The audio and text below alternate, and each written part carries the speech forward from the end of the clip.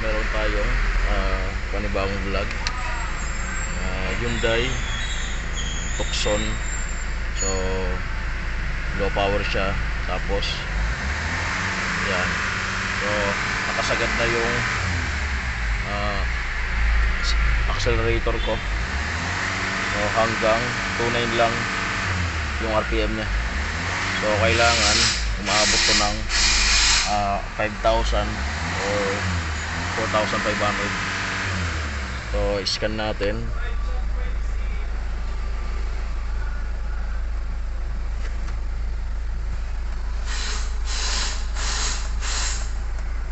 Yan. So merong isang fault code. So sa mga nakaraang in-upload kong video, meron na rin ako mga video na ganito. So uulitin ko lang para minsan lang kasi tayo maka-encounter ng mga ganitong trouble. Tingnan lang natin.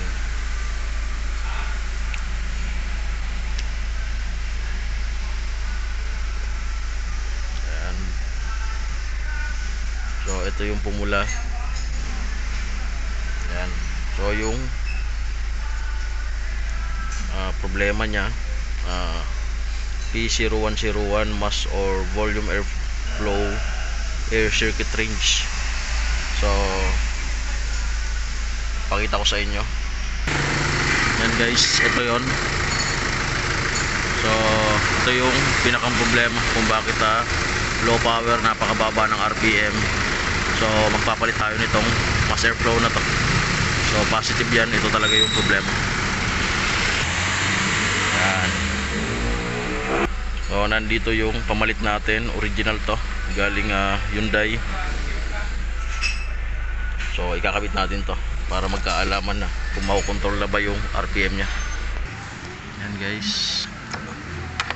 So ito, tatanggalin natin to. Tapos merong dalawang tornilyo dito, kabilaan.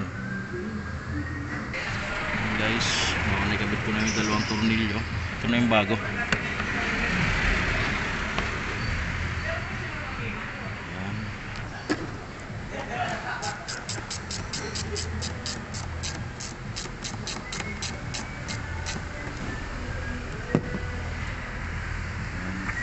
Itong socket. Ayan. So ito yung pinagpalitan natin. Ayan. So subukan na natin kung mayroong pagbabago.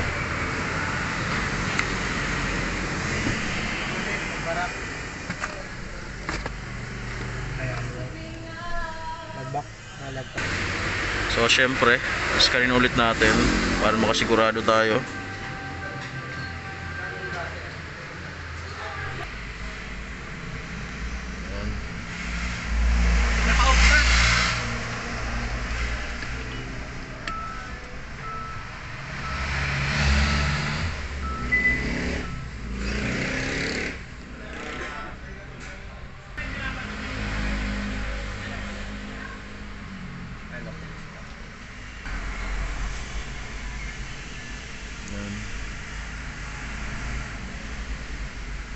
O syempre nandito pa, mag-clear tayo nito. Ayan. So nandito yung code nya. So clear natin dahil nagpalit tayo ng bagong sensor.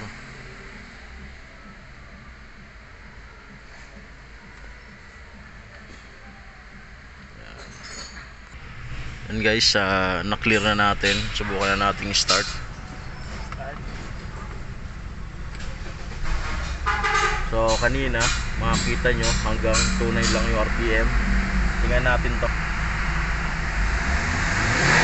Yun. So lumakas na yung RPM nya. O nagnormal na siya. Yan. So kanina hanggang 2.9 lang talaga. So road test natin to para makita natin.